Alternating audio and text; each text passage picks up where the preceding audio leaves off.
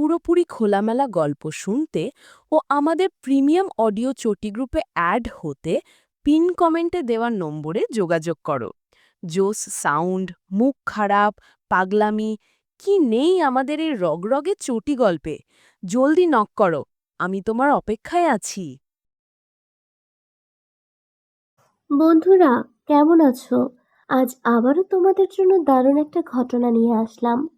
আমরা তিন ভাই বোনের মধ্যে আমি সবার বড়। আমার ছোট বোন নিপা, সবার ছোট ভাই সজীব। আমার বয়স 23, নিপার 21।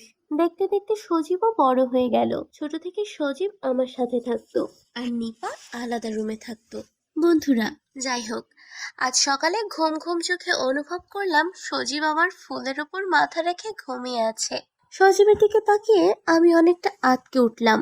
দেখলাম আমার বাগানের ফুলগুলো পুরোপুরি উন্মুক্ত। সজীব ফুলের মাঝে মাথা রেখে নাক ডেকে ঘুমাচ্ছে। ওর একটি হাত আমার খেলার মাঠের গর্তের উপরে রাখা। এ অবস্থা দেখে আমি হতবাক হয়ে গেলাম। তাই তাড়াতাড়ি সজীবের মাথা ও হাতটা আস্তে করে সরিয়ে দিলাম। আর আমি মনে করতে চেষ্টা করলাম গতরাতে কি হয়েছিল। বান্ধবীদের কাছে অনেক খেলার গল্প শুনেছি, কিন্তু বাস্তবে কোনোদিন নিজের মাঠে কাউকে খেলতে দেইনি। কিন্তু আজ কিভাবে এই কাজটা হয়ে গেল ভাবতেই আমার গা শিউরে উঠছিল বারবার। তাও কিনা নিজের আদরের ছোট ভাইয়ের সাথে। মনে করতে চেষ্টা করলাম গত রাতের কথা। আসলে সজীব যে এমন করে আমার বাগান বিচরণ করবে তা কে জানতো। যখন বুঝতে পেরেছিলাম তখন আর থামানোর কোনো অবস্থা ছিল না। আমি পাগল হয়ে গিয়েছিলাম। যাই হোক বন্ধুরা, তাড়াতাড়ি নিজের কাপড় গুছিয়ে বিছানার চাদরটি তুলে ফেললাম। কেউ দেখে ফেললে অঘটন ঘটে যাবে। সজীবের দিকে তাকিয়ে দেখি সেও সম্পূর্ণ উন্মুক্ত। ওকে একটি লুঙ্গি পরিয়ে দিলাম। তারপর সারাদিন সজীবের মুখোমুখি হতে পারলাম না আমি। যদিও সজীবের দেখাশোনা, খাওয়া দাওয়া দায়িত্ব আমার উপর ছিল, কিন্তু কিছুতেই সজীবের সামনাসামনি হতে পারছিলাম না। আমার খুব লজ্জা করছিল। আজ পুকুরে না গিয়ে চুপি চুপি বাথরুমে গোসল করে কাপড়গুলো ধুয়ে ফেললাম আমি। সজীব আজ নিজেই খাবার নিয়ে খেয়ে গেল।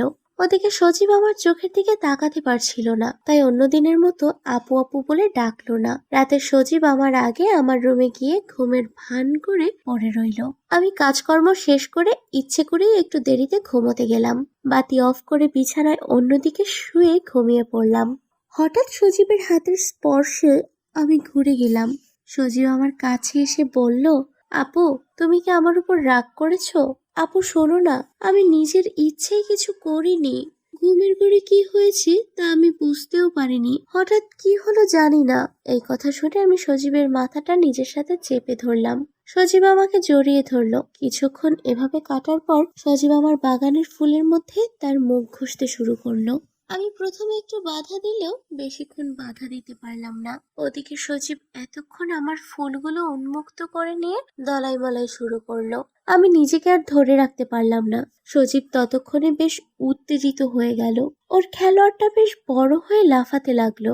আমি তো দেখে একেবারে অবাক হয়ে গেলাম। এই বাচ্চা ছেলের খেলোয়াড় এত বড় হলো কিভাবে? আমি তৃপ্তির আবেশে আর গত রাতের মজার কথা ভেবে ওকে আর বাধা দিতে পারলাম না। তাই এবার আমি নিজেই আমার খেলার মাঠ সম্পূর্ণ উন্মুক্ত করে সজীবকে কাছে টেনে নিলাম। অনেকক্ষণ দুজনে দুজনের মাঠে দলাই মলাই করে আমরা বেশ গরম হয়ে গেলাম। একসময় আমি আর সহ্য করতে না পেরে সজীবের খেলোয়াড়টি আমার মাঠের মধ্যে স্থাপন করে দিতেই সজীব খেলা শুরু করলো। অল্পতেই তৃপ্তির চরম শিখরে পৌঁছে গেলাম আমি। সজীবও ইচ্ছে মতো আমার মাঠে খেলতে লাগলো। এরপরে একসময় দুজনেই শান্ত হয়ে ঘুমিয়ে পড়লাম। এভাবেই কিছুদিন কেটে গেল। সেদিন নিপা এই ঘরে আমার সাথে গল্প করতে করতে ঘুমিয়ে পড়ে। সেদিন সজীব ওর রুমে গিয়ে ঘুমায়। মাঝে মাঝে এমন করি আমরা, যাতে কেউ আমাদের কখনো সন্দেহের চোখে না দেখে। অনেক আগে থেকে আমার বিয়ের সম্বন্ধ আসছিল বিভিন্ন গ্রাম থেকে, কিন্তু ঘর পর সঠিকভাবে না মেলাতে বিয়ে হয়ে ওঠেনি। অবশেষে আমার বিয়ে ঠিক হয়ে গেল। পাশের গ্রামের বড় লোকের একমাত্র ছেলে, বিলেত ফেরত ব্যারিস্টার। খুব ধুমধাম করে আমার বিয়ে হয়ে গেল। আমারও সজীবকে ছেড়ে যেতে খুব কষ্ট হচ্ছিল। বিয়ের পর স্বামী আমাকে নিয়ে শহরে চলে যাবে, কারণ সে শহরে প্র্যাকটিস করে। আমি সজীবের কানে কানে বললাম, কিছুদিন পর তোকেও আমি শহরে নিয়ে যাব, তুই কান্না করিস না। সজীব শহরের কথা শুনে খুব খুশি হয়। বন্ধুরা, আমার বিয়ের পর সজীবের দেখাশোনার ভার পড়ে আমার মেজ বোন নিপার উপর। কিন্তু সজীব নিপাকে বেশি ভয় পায়। নিপা আমার মতো অতটা মায়াবী না, কিছুটা কাঠখট্টা টাইপের।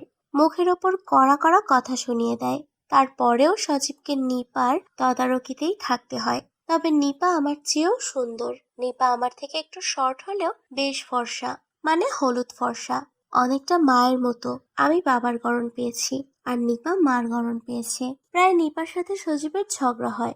মা এসে মধ্যস্থতা করে নিপাকে বকা দিয়ে সমাধান করে দেয়, কারণ সজীবকে সবাই এতটাই আদর করে যে কেউ বকা দেওয়ার সাহস পায় না।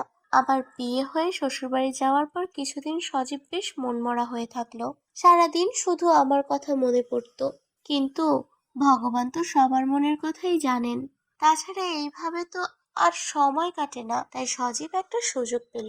সজীব রাতে ভয় পায় বলে একা ঘুমোতে চায় না। নিপাও ওর কাছে ঘুমোবে না। এই নিয়ে ঝগড়া। নিপাকে বাধ্য হয়ে সজীবকে ওর বিছানার জায়গায় দিতে হলো, এবং সজীবের স্বভাব মতো ওকে জড়িয়ে ধরে ঘুমাতে দিতে হলো। সজীব নিপার বড় বড় ফুলের সাথে মাথাটা লেপ্টে দিয়ে ঘুমায়। প্রথমে একটু অসুবিধা হলো। কয়েকদিনের মধ্যে নিপা সজীবের এই শয়নে অভ্যস্ত হয়ে গেল। সবসময় একইভাবে ঘুমিয়ে থাকা যায় না, তাই মাঝে মাঝে বিভিন্ন দিকে ঘুমাতো। তাছাড়া নিপা খুব ঘুম কাতুরে ছিল। একবার ঘুমালে আর হুঁশ থাকতো না। সজীব তো এমনিতেই নিপাকে ভয় পেত, তাই ওর সাথে কোনো প্রকার দুষ্টুমি করার সাহস হতো না। কিন্তু একদিন যা হলো তা কেউ আশা করেনি। নিপা সাধারণত সালোয়ার কামিজ পরে ঘুমাতো, নিচে আর কিছু পরতো না। হঠাৎ করে মাঝরাতে সজীবের ঘুম ভেঙে গেল। সজীব উঠে দরজা খুলে ওয়াশরুমে এসে ঘুমাতে যাবে, এমন সময় দেখে নিপার পাজামাটা একটু নিচে নেমে গেছে, আর নিপার খেলার মাঠের গর্তটা স্পষ্ট বোঝা যাচ্ছে। সজীবের মনে দুষ্টু বুদ্ধি চলে এলো। আস্তে করে মাঠের গর্তের চারিদিকে ঘাসের ওপরে হাত বোলালো। নিপা কিছুই বলল না। সজীবও জানে নিপা ঘুমোলে সহজে জেগে ওঠে না, তাই একটু সাহস পেয়ে তার খেলার মাঠ একেবারে উন্মুক্ত করে ফেললো। এরপর হাতে কিছুটা তেল নিয়ে নিপার মাঠের গর্তে ঘষতে লাগলো। সাথে সাথে মাঠ একদম পিচ্ছিল ও খুব নরম হয়ে গেল। এর মধ্যেই সজীবের খেলোয়াড় রেডি হয়ে লাফাচ্ছে। সজীব আস্তে করে অবনতি মাঠের মধ্যে খেলোয়াড় নামালো। এভাবে কিছুক্ষণ চুপ করে থাকার পরও নিপা হা করে ঘুমোচ্ছে দেখে সজীব আস্তে আস্তে শুরু করলো। সজীব একসময় আর সইতে না পেরে জোরে খেলতে লাগলো। সাথে সাথে নিপা জেগে গেল। সজীব চুপ করে খেলোয়াড়টা বের করে ঘুমের ভান করে থাকলো। ওদিকে অপর দিকে নিপা আকাশমুখী হয়ে আবার ঘুমিয়ে পড়লো।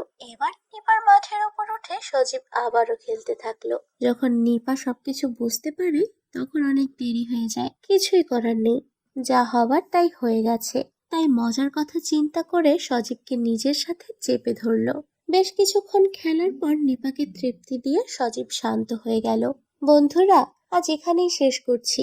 আরো মজার ঘটনা পেতে আমার চ্যানেলটি সাবস্ক্রাইব করে আমার সাথেই থাকো। আর এতক্ষণ ভিডিওটি দেখার জন্য তোমাদের সবাইকে অসংখ্য ধন্যবাদ। চা চা, বাই বাই।